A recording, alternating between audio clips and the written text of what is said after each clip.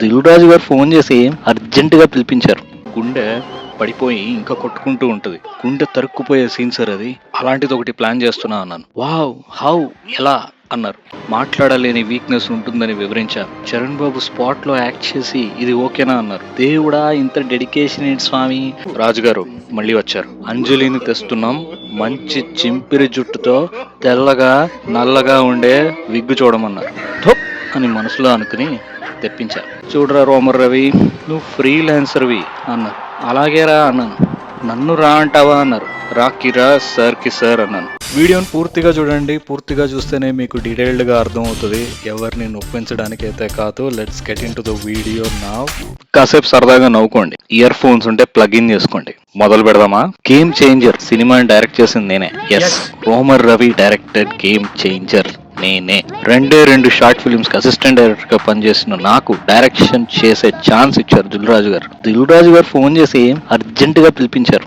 కార్తీక్ సుబ్బరాజు కూడా కూర్చుని ఉన్నారనమాట. గడిచిన 5 సంవత్సరాల్లో ఆంధ్రప్రదేశ్ లో జరిగిన కొన్ని సంఘటనలు బేస్ చేసుకుని స్టోరీ లైన్ చెప్పి నువ్వే డైరెక్టర్వి అని అడ్వాన్స్ ఇచ్చి మళ్ళీ కబురు చేస్తాం వెళ్ళిపోమన్నారు. కట్ చేస్తే వారం తర్వాత ఫోన్ చేశారు.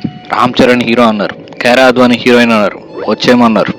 వెళ్ళి చూస్తే సినిమా ఓపెనింగ్. అందరూ సూట్లో ఉన్నారు. నేను బూట్లు కూడా లేకుండా వెళ్ళాను. అందుకే ఫోటోలో నేను లేను. ఎంతో కష్టపడి సూట్ సీన్ డైరెక్ట్ చేశాను. తీసిన రోజే చెప్పారు, ఈ సీన్ మన సినిమాకి దిష్టి లెక్క కోసి పడేస్తామని.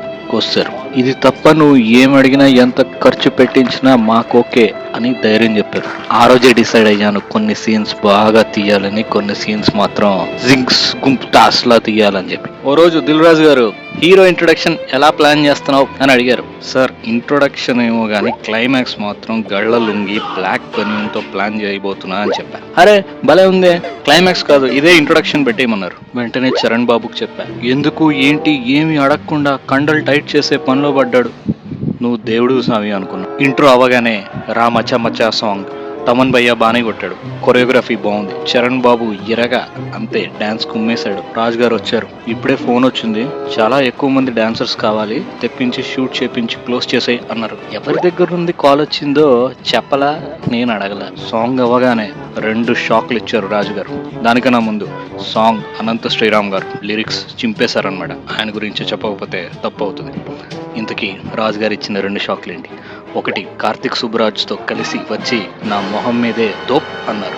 ఇంద్రాయిళ్ళు దొబ్బేయమంటున్నారు అని బాధపడ్డా. ఇదే మన నెక్స్ట్ సాంగ్ దోప్ అని మళ్ళీ అన్నారు. అంటే ఏంటి అన్నాను.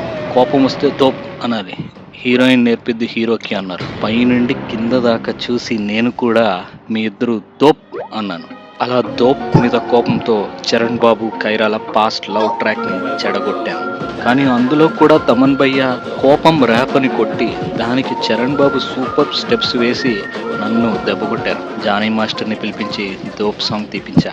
సాంగ్ అయ్యాక రాజు గారు 10 days సెలవులు ప్రకటించి ఎంజాయ్ అన్నారు. 10 days తర్వాత వస్తే అర్థమైంది ఇచ్చింది నా ఒక్కడికే, షూటింగ్ యాస్టీస్ జరిగింది అని. నేను లేకుండా షూటింగ్ ఏంట్రా అని ఎక్కువ ఆలోచించుకోకుండా రాజుగారిని కలిసి అడిగా. చూడరా రోమర్ రవి, నువ్వు ఫ్రీలాన్సర్వి అన్నారు. అలాగేరా అన్నాను. నన్ను రా అంటావా అన్నారు. రాకిరా సార్కి సార్ అన్నాను. అరే ఈ పంచ్ చాలా బాగుందే, మన సినిమాలో వాడేద్దాం అన్నారు. ఇంటర్వెల్ షూట్ చేయాలి. మంచి పాటలు ఇచ్చిన తమన్ భయ్య అని 2 మంచి బీజిఎంలు అడిగా. ఇచ్చాడు. మంచిగానే అనిపించాయి. రాజుగారు మళ్ళీ వచ్చారు. అంజలిని తెస్తున్నాం, మంచి చింపిరి జుట్టుతో తెల్లగా నల్లగా ఉండే విగ్గు చూడమన్నారు. ధోప్ అని మనసులో అనుకుని తెప్పించా. రాజుగారు అంజలి మేడంని తెప్పించారు. విగ్గు పెట్టి ఆహా ఓహో సూపర్ అన్నారు. ఇంటర్వెల్ షూట్ చేశా. సినిమా చూస్తే మీకు అర్థమవుతుంది. నేను ఇచ్చిన పెన్ డ్రైవ్ ఐడియాకి రాజుగారు స్పెషల్గా నాకు 50,000 చెక్ ఇచ్చారు. ఫ్రీలాన్సర్కి 50,000 ఎక్కువ రవై. మీకు కూడా ఇంటర్వ్యూలు ఇస్తున్నాం. బ్రేక్ తీసుకోండి, కాఫీ టీ తెచ్చుకొని వచ్చేయండి. ఇకపోతే సెకండ్ హాఫ్ చరణ్ బాబుకి తన క్యారెక్టర్ గురించి చెప్పాను. మాట్లాడలేని వీక్నెస్ ఉంటుందని వివరించాను. చరణ్ బాబు స్పాట్ లో యాక్ట్ చేసి ఇది ఓకేనా అన్నారు. దేవుడా, ఇంత డెడికేషన్ ఏంటి స్వామి.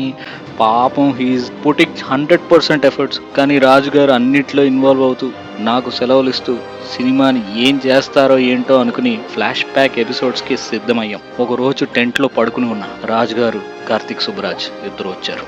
ఎలా ప్లాన్ చేస్తున్నావు అన్నారు. సార్, జెంటిల్మెన్ సినిమాలో బాంబ్ బ్లాస్ట్ ఎపిసోడ్ గురించి అది గుర్తుందా? అర్జున్ గారు వచ్చేసరికి గుండె పడిపోయి ఇంకా కొట్టుకుంటూ ఉంటుంది. గుండె తరుక్కుపోయే సీన్ సార్ అది. అలాంటిది ఒకటి ప్లాన్ చేస్తున్నా అన్నాను. వావ్, హౌ, ఎలా అన్నారు. హీరోని రంపం డ్రిల్లర్ తో చెస్ట్ ని డ్రిల్ చేసేస్తారు అన్నాను. వెంటనే 1 lakh చెక్ ఇచ్చేశారు. ఎంతో శ్రద్ధ పెట్టి తీసా, ట్రైలర్ లో కూడా పెట్టాం, సినిమాలో కోసేశారు. థోప్ నా డాష్లు. మంచి ఇంటెన్స్ సీన్ అయ్యాక రిఫ్రెష్మెంట్ కి నానా హైరానా సాంగ్ దగ్గరుండి తీసా న్యూజిలాండ్ లో. యూనిట్ మొత్తానికి నచ్చిన పాట ఇది కూడా థోప్. ఇంకో 50K చెక్ ఇచ్చి నాకు సెలవులు ఇచ్చారు. హాలిడేస్ నుంచి వచ్చేసరికి తెలిసింది ఏంటంటే ఎస్జే సూర్య గారి నాని సినిమాలో చక్కెర ఎక్కడ నక్కిన సాంగ్ కి ముందు వచ్చే సీన్ ఒకటి ఉంటది. దానిని యాజ్ ఇట్ ఈస్ ఈ సినిమాలో ఆయనే డైరెక్ట్ చేసి జరగండి జరగండి సాంగ్ ముందర అండి ముప్పావు పెళ్లి అని కాపీ పేస్ట్ చేసేసారని తెలుసుకుని షాక్ అయ్యాను. ఇంత గలీజ్ గా ఎలా రా, ఎందుకు ఇంత కంప్ చేస్తున్నారా అనుకుని రాజు గారిని కలిసా. రాజు గారు కూడా ఎస్ నాని మూవీ సీన్ ని సూర్యాబాయ్ సజెస్ట్ చేశారు, నువ్వు సెలవులకి వెళ్ళావుగా సూర్యాబాయ్ తో కొట్టించేసా అని చెప్తే అనుకుని నెక్స్ట్ ఏంటి అన్నాను. ఇంకేముంది క్లైమాక్సే, కానీ మదర్ సెంటిమెంట్ సీన్ కావాలి అన్నారు. DNA టెస్ట్ ఉండాలి సీన్ లో అన్నారు. నేను సల్ఫ్యూరిక్ యాసిడ్ అన్నాను. అబ్బా మళ్ళీ ఇంకో 50K చెక్ ఇచ్చారు. రేపు ఎక్కడికి వెళ్ళకు, శంకర్ గారు మళ్ళీ వస్తున్నారు, నిన్ను పరిచయం చేస్తా, ఇంతకు ముందు లేవు సెలవులని బలాదూర్లు తిరిగావు అన్నారు. నేను తిరగడం ఏంట్రా, నువ్వే పంపావుగా తోప్ అని మనసులో అనుకున్నా.